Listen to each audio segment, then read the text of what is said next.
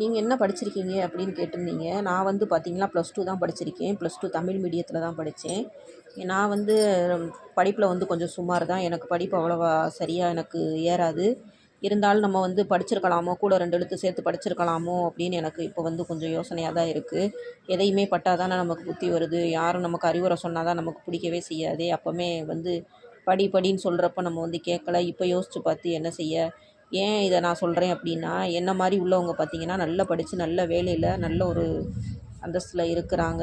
இருந்தாலும் நான் வந்து அதை தவற விட்டுட்டேனா அப்படிங்கிற மாதிரியே எனக்கு சில நேரங்களில் யோசனையாகவே இருக்கும். சரி என்ன செய்ய, நம்ம செஞ்ச தப்பு, அந்த தப்புக்கு தண்டனை நம்ம அனுபவிச்சு தானே ஆகணும். அதனால் பார்த்தீங்கன்னா அதை நான் வந்து நினைக்கல. இருந்தாலும் மனசுக்குள்ளே ஒரு சின்ன கவலை இருந்துக்கு, நம்ம படிச்சிருக்கலாமோ அப்படின்ற ஒரு கவலை இருந்துக்கிட்டே தான் இருக்குது. இனிமேல் படித்து பரீட்சை எழுதலாமே அப்படின்னா, இனிமேல் படித்து பரீட்சை எழுதி நான் வேலைக்கு போகிற காரியம்லாம் நடக்கக்கூடியதா?